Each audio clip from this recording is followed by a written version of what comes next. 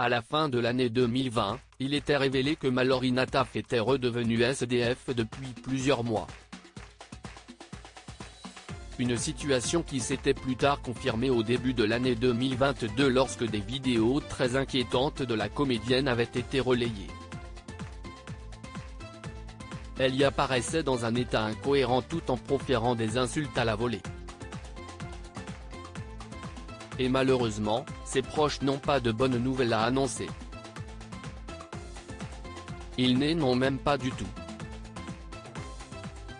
Invitée de l'émission chez Jordan lundi 23 janvier, Jackie a avoué ne pas savoir comment elle se portait. Alors je l'ai revue il y a quelque temps parce qu'elle jouait dans Les Mystères de l'amour mais depuis un an, je n'ai pas de nouvelles.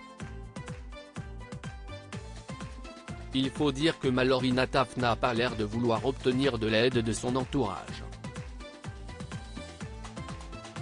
Elle a un tempérament particulier, a souligné l'ancienne figure du club Dorothée qui ne se serait jamais imaginé un tel destin pour elle. Je ne m'attendais pas à ça.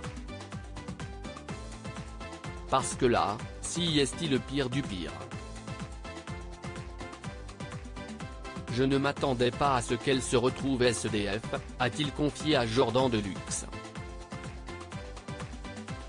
Elle ne veut pas qu'on l'aide, tous ont essayé d'approcher Mallory Nataf dans l'idée de la sortir de la rue mais en vain. Dans sa tête, c'est assez compliqué.